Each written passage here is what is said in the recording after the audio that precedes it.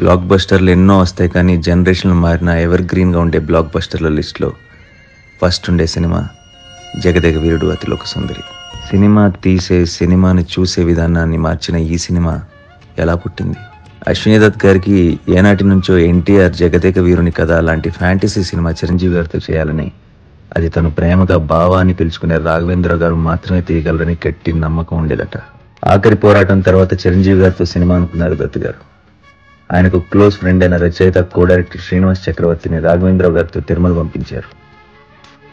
సరిగ్గా ఇద్దరు తిరుమలపై ఉండగా అశ్విని దత్ గారి మనసు తెలిసిన శ్రీనివాస్ చక్రవర్తి, దేవకన్య భూమి మీదకి వచ్చినప్పుడు ఆమె ఉంగరం పోతుంది, అది చిరంజీవి గారికి దొరుకుతుంది అని జస్ట్ ఊహా మాత్రమే చెప్పారు. అది రాఘవేంద్రరావు గారికి బాగా నచ్చింది. దత్ గారి కళకి దగ్గరగా ఉంది, ఆయనకి నచ్చింది. మరి జగదేక వీరుడికి జోడీగా అతిలోక సుందరి ఎవరు? అందరి మదిలో మెదిలిన పేరొక్కరే, వైజయంతి ఆస్థాన నాయక, వెండితెర దేవత శ్రీదేవి. క్రేజీ కాంబినేషన్ సెట్ అయింది. దానికి తగ్గట్టు కథని తయారు చేయడానికి వైజయంతి మూవీస్ ఆఫీస్లో రచయితల కుంభమేళా ప్రారంభమైంది.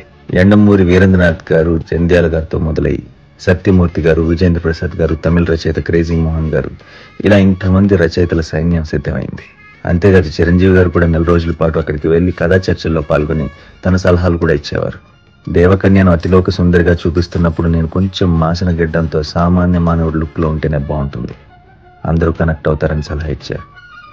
ఇంకోవైపు బాంబేలో తన కాస్ట్యూమ్స్ తానే స్వయంగా డిజైన్ చేసుకుని కుట్టించడం మొదలుపెట్టారు శ్రీదేవి గారు. ఇలా అందరూ కలిసి తమ సమిష్టి కృషితో ఈ అందమైన చందమామ కథని తెలుగు సినీ చరిత్రలో మరిచిపోలేని ఒక అద్భుత చిత్ర కావ్యంగా మలిచారు. చరిత్రను సృష్టించిన ఈ సినిమా ఇంత ఈజీగా అయిపోయింది అనుకుంటున్నారా? లేదు మానవ, చాలా జరిగినాయి. Stay tuned.